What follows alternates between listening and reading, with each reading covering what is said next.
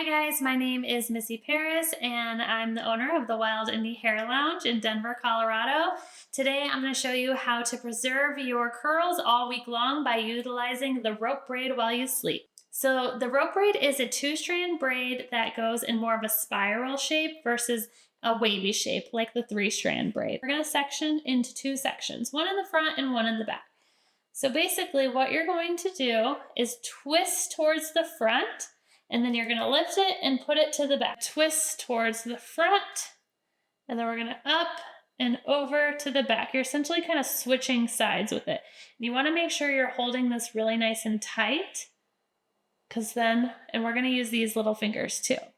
So we're going to twist one, hold it with these fingers, up, twist 2 times, and then up and over to the back. Twist 1, and I'm kind of holding it secure so that I can wrap my wrist. Twist 2, up and over.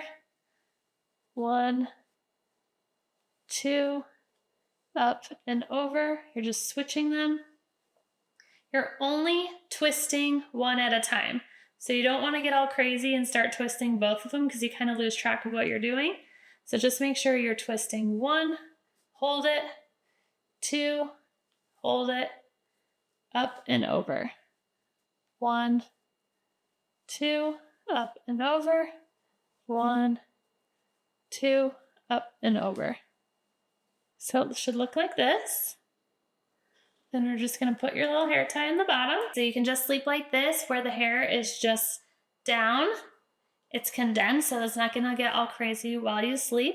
I would really recommend practicing the motions of the rope braid like this first before you start on the French rope braid. So practice this and then head to the next video where I'm going to show you how to do the French rope braid.